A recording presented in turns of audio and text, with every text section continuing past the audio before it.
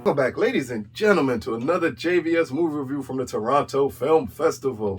Like, we are hitting you back to back to back to back with these reviews just to get all of the content out as humanly possible during this film festival and to let you all know about possibly some upcoming films or some films that have been released that you can check out. But this one here, my latest find from this film festival, is called Lakewood. A mother desperately races against time to save her child as authorities place her small town on lockdown. This film stars Naomi Watts. Now, this film should have starred Halle Berry. This film, Lakewood, is a Halle Berry film, or what we know now as a Halle Berry film through and through. And if you all understand what I mean by that, or if you don't, I'll explain it to you. It's simple.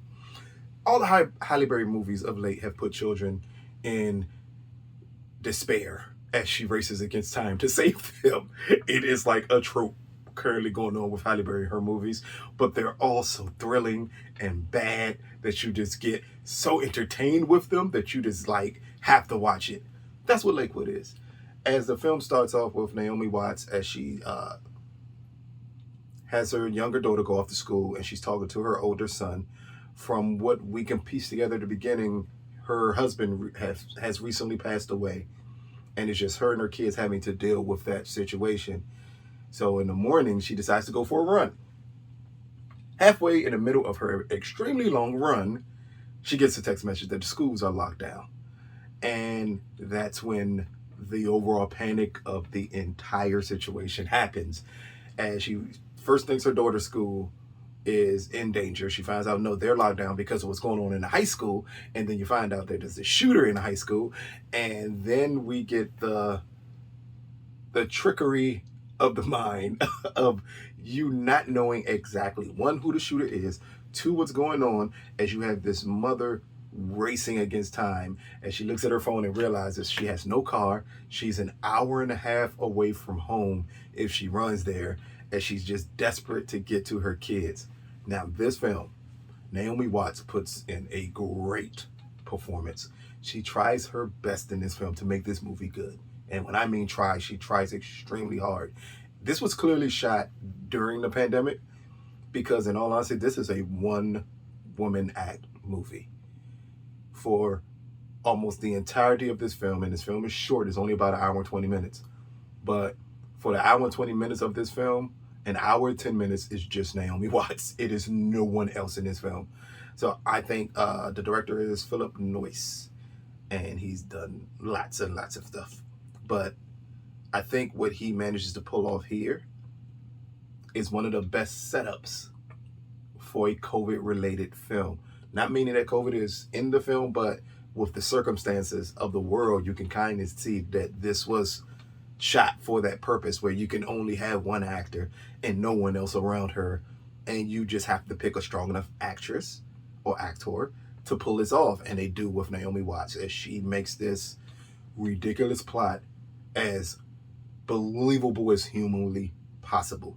As she is going through the dread of attempting to get to her kids, you feel every bit of everything she's doing, from her attempting to run fast, to her attempting to catch her breath, to her being on the phone with this 911 operator, who I swear is Delarice from Touched by an Angel, because this is, I don't know what black mother they hired to play this 911 operator, but she is, her voice is so reassuring, but yet she's talking to this 911 operator on the phone like this is her friend who's there to help her out through all her endeavors. It is a very weird thing, and that's what leads to this film, and it's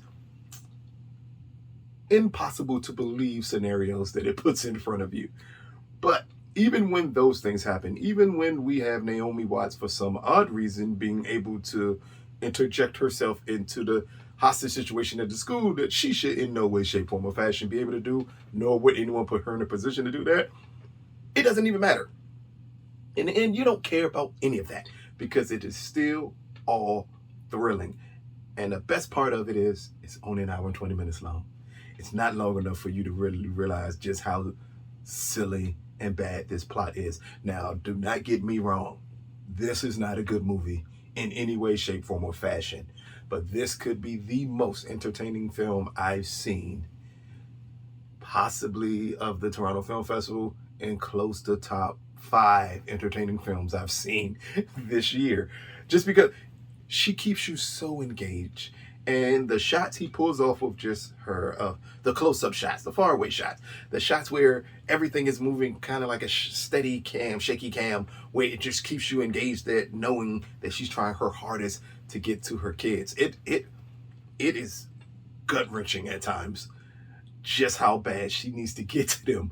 But the movie makes so many bad, horrible decisions in attempting to piece together a story here. Again, I said they put Naomi Watts through the ringer to get to her kids, but once we get from one setting to the next setting, it becomes ridiculously silly.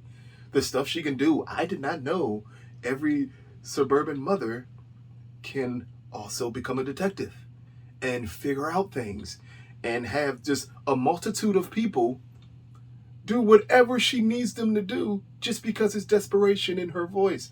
I don't know if they want to say that this is the power of being a white woman in America, when you can get this stuff happening for you with ease and you can interject yourself into any situation. If that is the message that they were attempting to send with this film, I give them kudos, because that's an amazing message that someone like me can see as an underlining point to like this movie even more for its ridiculousness. But if that's not the purpose of it, you may need to change the way you think about this film. And I'm talking about the director and the writer and the crew. Go with that angle, because that angle of a white woman can do anything is hilarious. And this movie, again, while gripping, is extremely funny at times. And this is a film that you can get around with a bunch of friends, maybe significant other, if you're just looking for a B movie with a pretty good performance and tension to 10. This would be perfect for you. A nice evening type of film, or a nice afternoon type of film. Again, it's so short, you're not going to mind how bad it is. But Lake House, again, brought to you by the Toronto Film Festival. Out of a possible 10, I am going to give Lake House a 7 out of 10. Jeez Louise. Look here. I know this is a bad movie. I know the definition of a bad movie. This fits checks every box for a bad movie. But I remember me and Sam talking a couple of months ago about a bad movie that's extremely entertaining. And how can you rate a bad movie that's completely entertaining? And can you separate the two?